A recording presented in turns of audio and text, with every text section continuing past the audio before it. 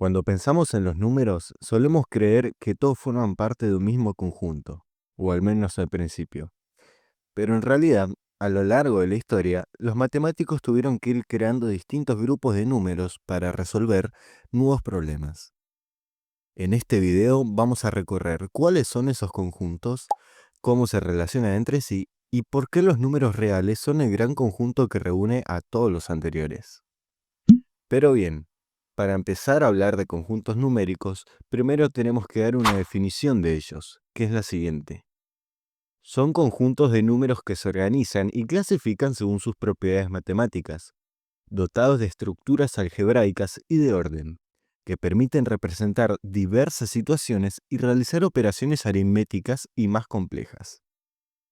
Ahora bien, sabiendo qué es un conjunto numérico, el primero con el que nos vamos a topar y del que vamos a hablar es el de los números naturales, cuya definición es la siguiente. Se denominan números naturales al conjunto formado por los números positivos. Este conjunto es utilizado para contar.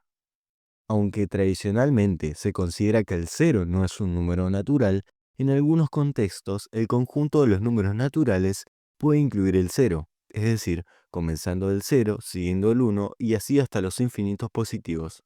A la derecha estamos viendo una parte de lo que vendría a ser el conjunto de los números naturales, comenzando por el uno más normalmente, aunque si bien se puede incluir el cero en algunos contextos, como dijimos, normalmente los vamos a encontrar a partir del uno, siguiendo con el 2, el 3, el 4 y así hasta el infinito de los números positivos. Terminada la definición de los números naturales, el siguiente conjunto del que vamos a hablar es el de los números enteros, y cuya definición es la siguiente. Se denominan números enteros al conjunto formado por los números naturales, es decir, los positivos, el cero y los números negativos. Este conjunto es utilizado principalmente para el conteo de objetos, la medición de temperaturas por encima o por debajo de cero, y la representación de ganancias o pérdidas financieras. De igual manera, estos son solo algunos ejemplos. En la parte derecha vemos una parte de lo que serían los números enteros, que son los infinitos negativos, el cero y los infinitos positivos. Terminando con los números enteros, el próximo conjunto de hablar es el de los números racionales, cuya definición es la siguiente. Se denominan números racionales al conjunto formado por los números enteros, pero además por los números que pueden expresarse como división de dos enteros, es decir, fracciones o números con decimales finitos o infinitos periódicos.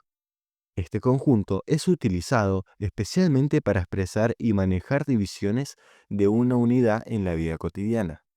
Y a la derecha podemos ver una parte o números que pueden representarse con los números racionales, que en este caso vemos que son los negativos, los positivos y el cero dada la herencia por contener a los números enteros, pero además las fracciones como menos un medio o números con decimales como el 0,25. A su vez, también puede contener números con decimales infinitos, pero solo en caso de que estos infinitos números sean periódicos, es decir, sean lo mismo.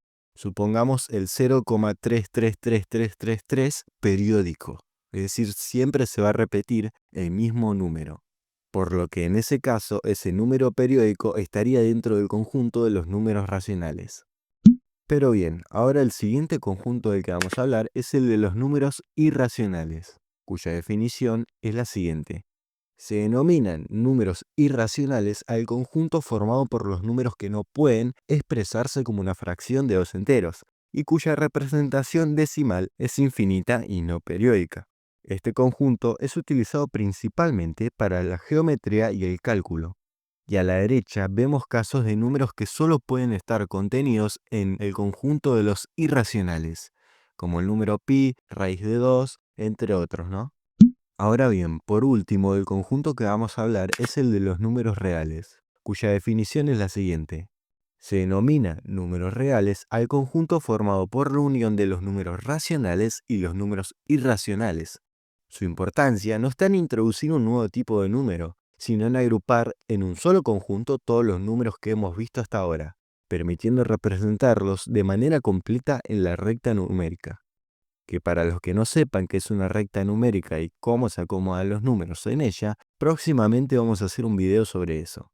Pero ahora bien, volviendo al tema, los números reales en sí no tratan de introducir un nuevo tipo de número o algo parecido, sino que solamente sirve como una agrupación de los que serían los números racionales con los números irracionales, que recordemos no son lo mismo.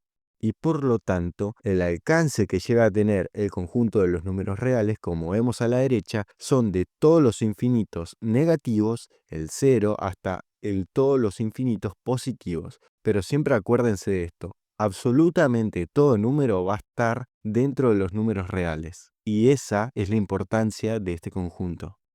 Y bueno, llegando a la conclusión de este video, vamos a hacer un resumen final de lo visto para que quede todo un poquito más claro.